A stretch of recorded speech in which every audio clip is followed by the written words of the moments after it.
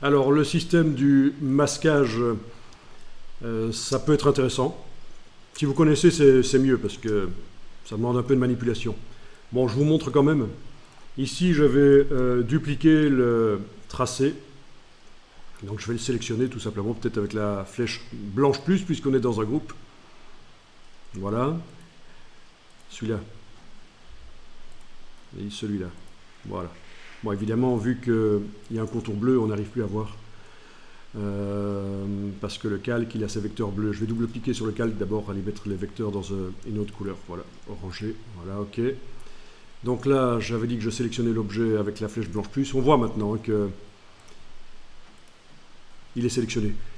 Attention, vu que ça s'appelle l'outil de sélection directe progressive, ça remonte dans la hiérarchie à chaque fois que vous cliquez. Regardez ce qui se passe. Je clique une fois sur l'objet ici, une seconde fois, c'est tout le contenu du groupe qui est sélectionné. Bon, je vais cliquer juste une fois, voilà, il est sélectionné, et je vais le copier. Édition, copier, édition, coller devant, bon le voilà. Et alors celui-là, je vais le verrouiller et l'enlever de l'affichage, c'est juste mon backup. Au cas où ce que je vais faire foirerait.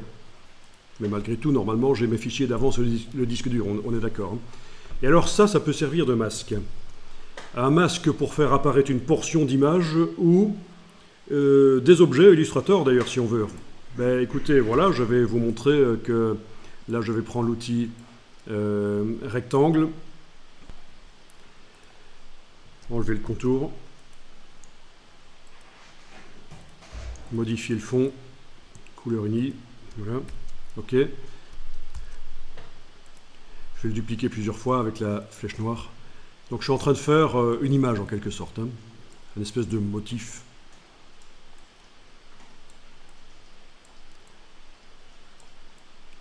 D'accord, bon, ils sont tous bleus, hein, mais on va mettre des couleurs différentes dessus. Fenêtre, nuancier.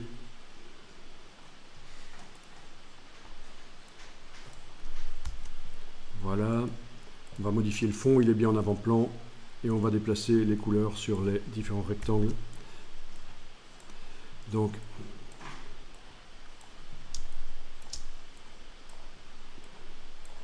voilà, on imagine que c'est mon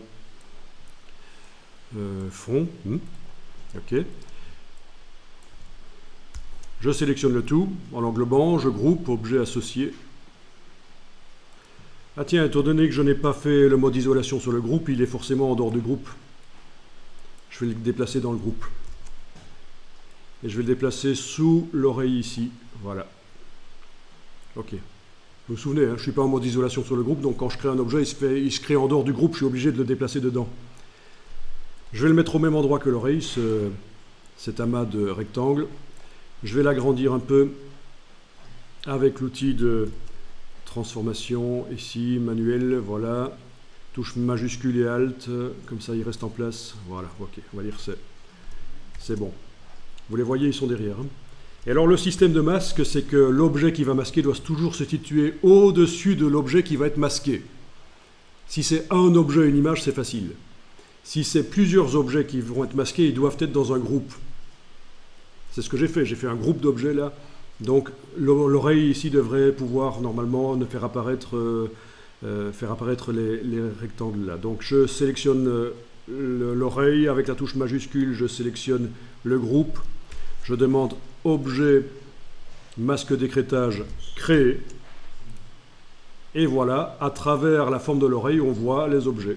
Et on a créé un système d'écrêtage, quand on l'ouvre, on a d'un côté l'oreille originale qui a perdu son dégradé, ses contours, c'est normal, et on a ce qui est masqué. On peut le sélectionner, ce qui est masqué, on peut encore le bouger, l'agrandir, etc.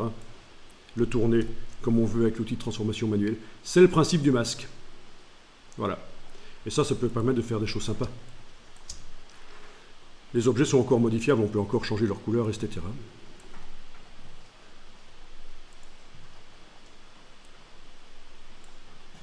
Voilà.